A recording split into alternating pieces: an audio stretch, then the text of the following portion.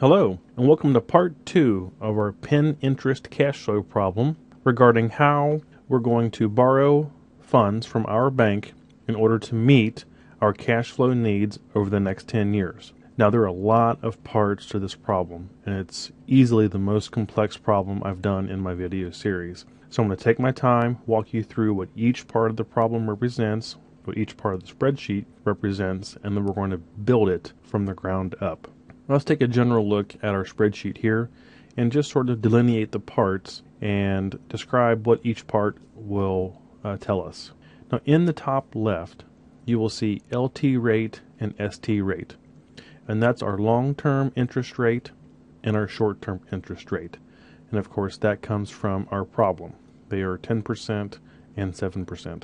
Below that, we have our starting balance. And again, that is our cash balance right now, which for this problem, Penn Interest has $1 million in the bank. Our minimum cash is the constraint we have set because of company policy.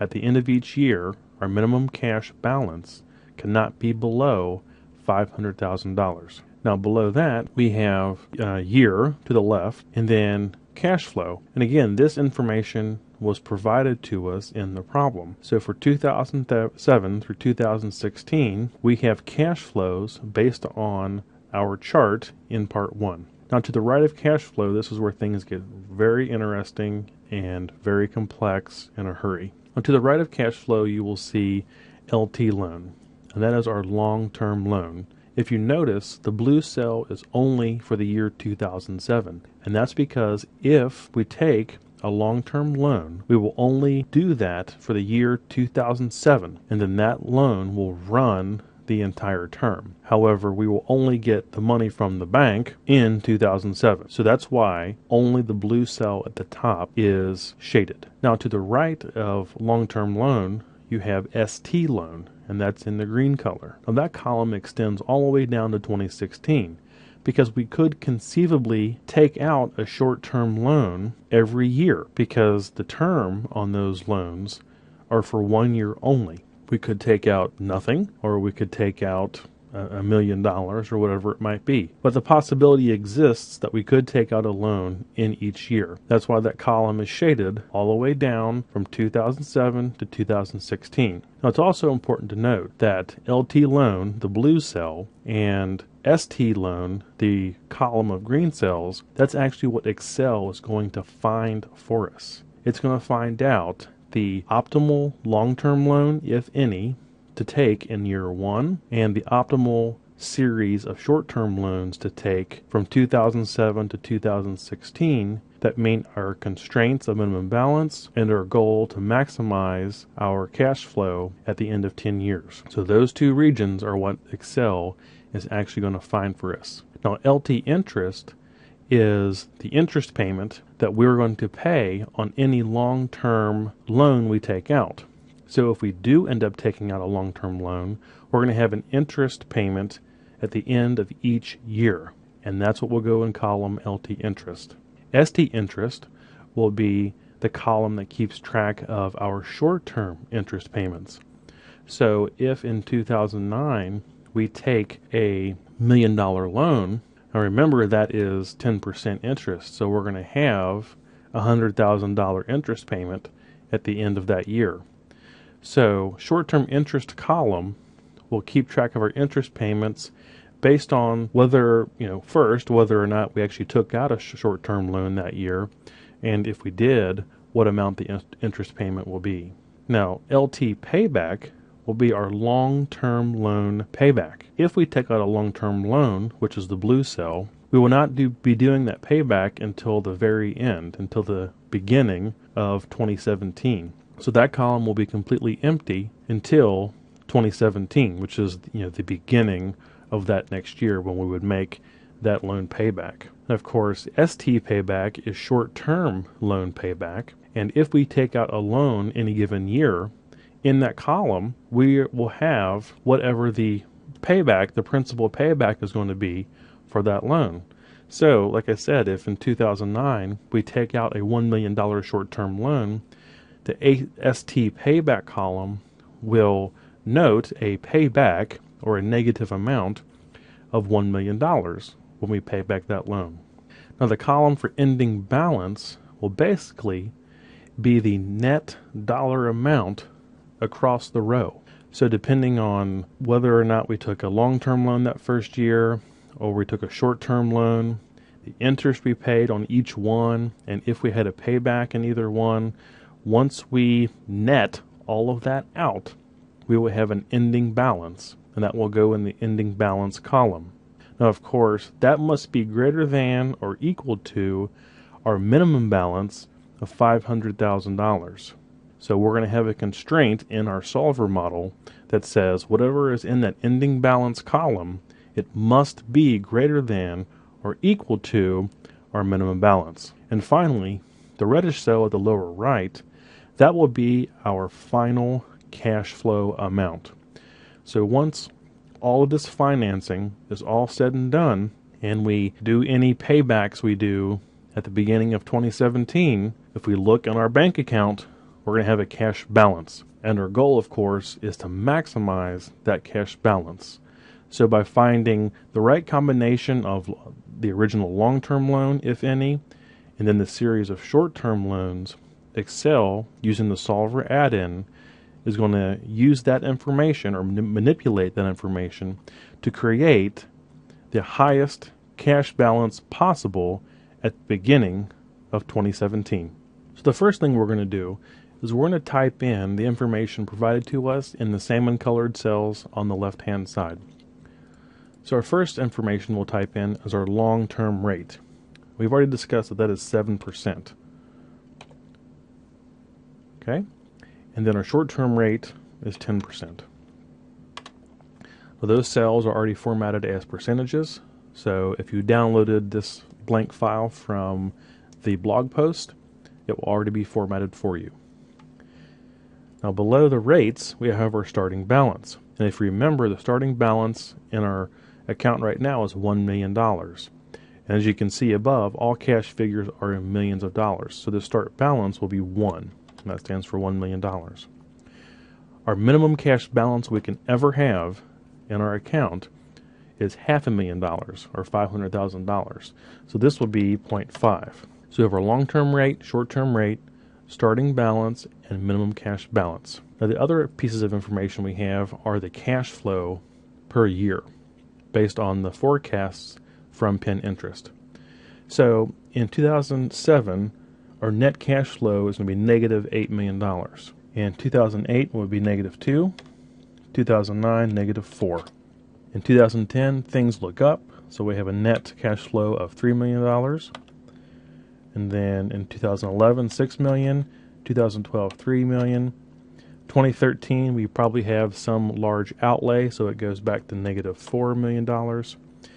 In 2014, we have a large inflow, so positive $7 million. A small net outflow in 2016 of negative 2. Sorry, in 2015 of negative 2. And in 2016, we have a very large cash inflow, positive inflow, net inflow of $10 million. Now, of course, since our term only runs 10 years, 2017 will not have any cash flow. So in order for us to keep us from getting confused, I'm actually going to fill this 2017 cash flow cell in black. And that lets me know that, well, we're not supposed to have anything there. And I fill in cells black to let myself know that something's not actually missing there. It's just a cell that isn't applicable to this problem. Now, before I go any further, I just want to point out, as in my other videos, that I have gone ahead and named cell regions in the spreadsheet ahead of time. What I mean by that is, if you were to click on any given cell and right-click it and go down to Define Name, you can give any cell or region of cells a more intuitive name, such as profit or sales or whatever. And then you can use that name in formulas and in the solver and things like that. It's a lot easier to use intuitive names than to remember some obscure cell region. So in this spreadsheet, I've already gone ahead and done that. Now, if you want to find out what those regions are, cancel out. We can go up to Formulas, and in the middle you'll see Name Manager. We click on that, and here we have a list of all of our named regions. And of course it will say Sheet 1 because we're on Sheet 1 of the spreadsheet, and then the individual cell or cell regions that are given that name. Go ahead and close that. Okay, so we have formulas to put in this spreadsheet. However, we can do a lot of it through autofill. Now the first one I'm going to do is over on the far right hand side, and that's minimum balance. This should be pretty self-explanatory. We already know what the minimum balance must be each year. And of course that is our minimum cash field. Now if you look up in the top left of our spreadsheet, you will see we named it minimum cash. So whatever is in this cell at the end of each year has to be at least that. So we can just say that this minimum balance cell must be the same thing as minimum cash. So if we go down, we'll see minimum cash. We can select that and hit enter. So no matter what our cells net over to the left, it must be an ending balance that is at least our minimum cash, which is $500,000. Now this has to be the same for all the years, so we can just drag that down and copy it. So that's easy peasy. Now before I go any further, I also want to black out some other cell regions. And again, that's just to remind myself that nothing is supposed to go in those cells. So if we look at our long-term loan column, if we take out a long-term loan, it will only be in that first year in the blue cell. So no information is going to go in the cells below it. So I'm going to select those cells, go back to Home, and select the black fill. Again, that tells me that those cells are supposed to be empty. Now we'll also do the same for the last cell of the short-term loan column. And that's just because our term ends at the end of 2016, so there will be no new short-term loan in 2017. So we'll go ahead and fill that black as well. Okay, now up at the top, the first year, we're not going to have any interest payments because the interest payment will be at the beginning of the next year. So there will be no interest payment in either long-term or short-term in that first year. So I'm going to select those two cells, the first cell in each of long-term interest and short-term interest, and I'll black those out. Okay. In long-term payback, what we know is that if we take out a long-term loan, that payback will not be until the very end. It will not be until the very beginning of 2017. So there'll be no long-term payback until the beginning of 2017. So we'll black those out so we know that we really don't need anything in there. Now likewise, there will be no short-term loan payback in that first year because that would be the beginning of the next year. So we'll go ahead and black that out.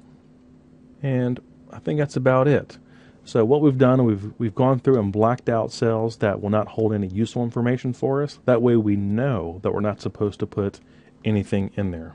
So the first formula we're going to do is our long-term interest column.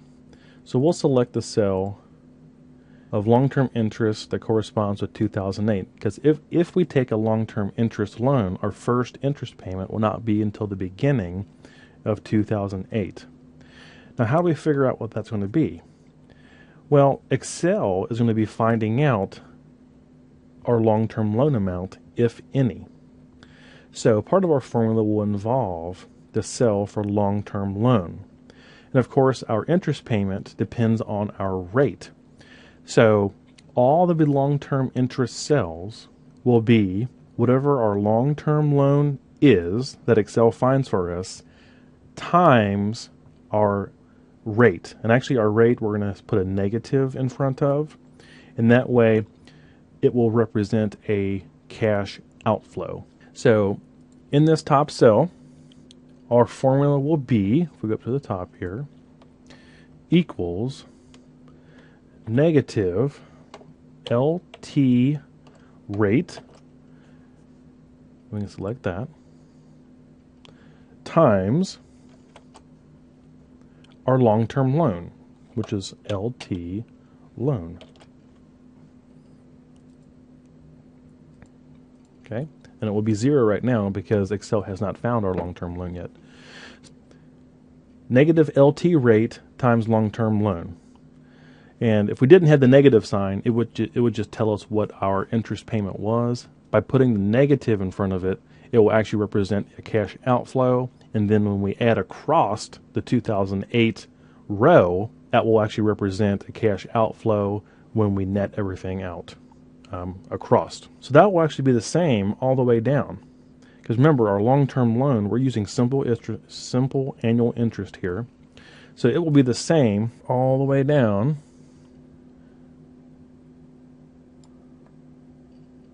through 2017. Because our last long-term interest payment will be at the very beginning of 2017. Now our next column will be our short-term interest payment. So we'll go to the top cell, right below the black, in short-term interest. Of course, this is going to be a function of any short-term loan we took out the previous year times our short-term rate. So in 2008, any short-term interest payment we make will be the negative short-term rate times whatever short-term loan we took out in 2007. So this formula will be equals negative ST rate times our short-term loan in 2007, which we'll click that cell, and it's E11, and we'll hit enter. And again, that's 0 because we don't have any numbers in the blue or the green yet. And just like long-term interest, this will be the same all the way down the column. As we drag, Excel will auto-increment the year. So we go from E11 to E12 to E13 to E14, etc. So that's one of the beautiful features of Excel. And again, that will just tell us that is just a function that is any short-term loan we took the previous year times the short-term rate. Now we moved on to the payback columns. Get out of there. There we go. Remember, if we take a long-term loan, principal will be paid back at the very beginning of 2017. So actually, the formula for the LT payback is quite simple. It's just negative LT loan, because whatever loan we took out in 2007, that's inflow, we have to pay back in 2017. So that's an outflow, which is negative. So the bottom cell of LT payback is just negative LT loan. Enter, and that's okay. And again, that'll be 0 because there's no data in the spreadsheet. And we'll go on to ST payback. ST payback will be very similar. ST payback will just be the negative of whatever short-term loan we took the year before.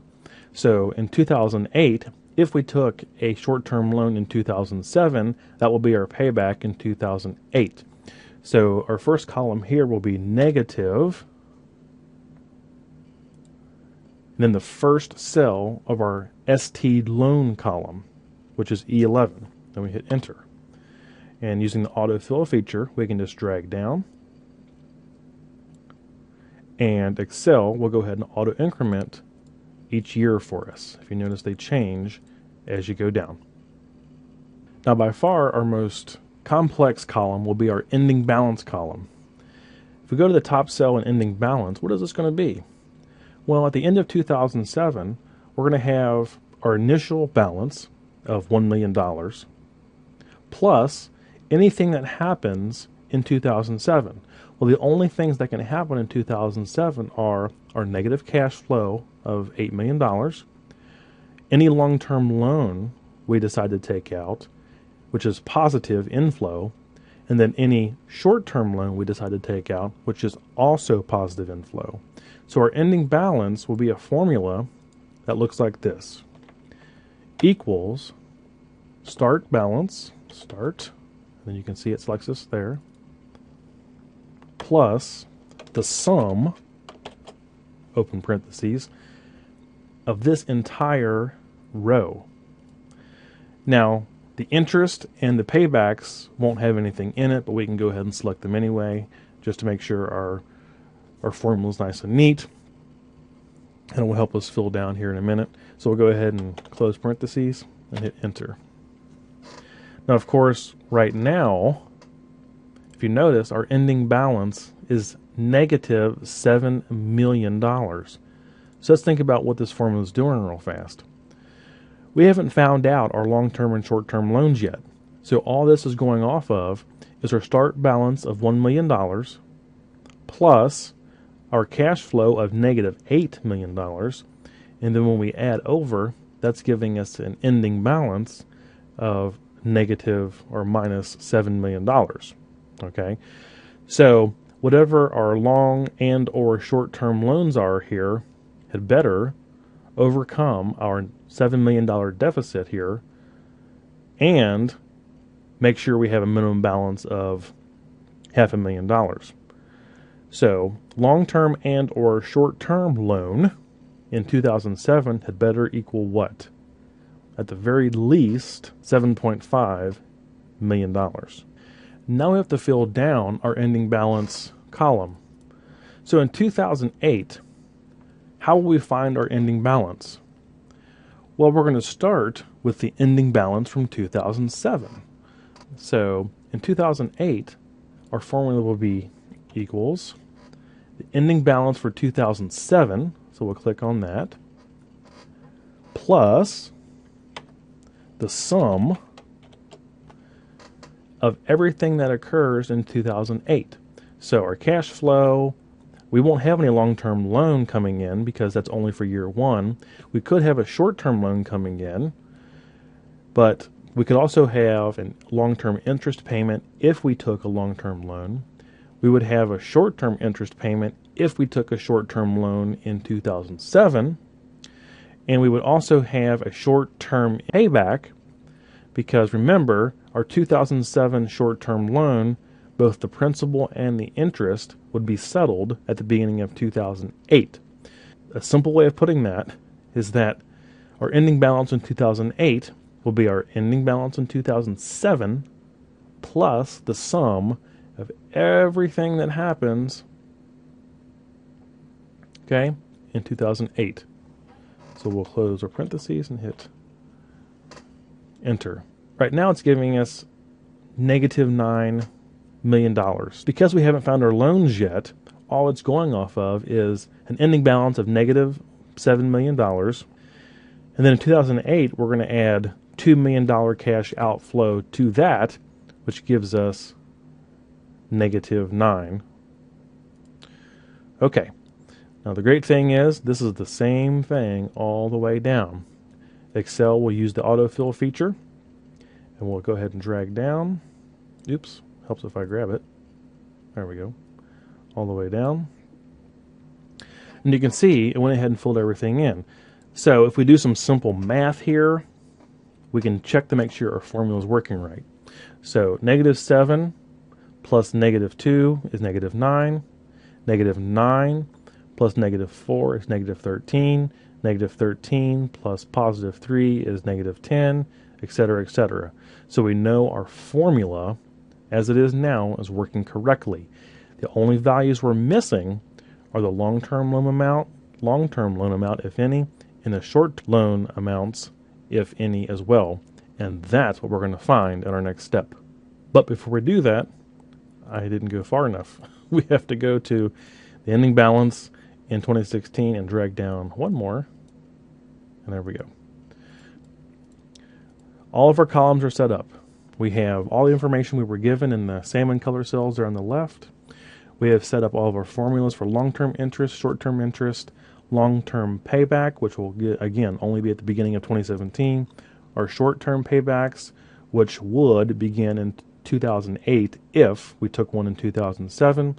And then our ending balance is simply basically the ending balance the year before plus anything that has happened in the current year, and that's our ending balance. It's just like a huge checkbook for the most part. Inflows and outflows all netted together at the end in our ending balance.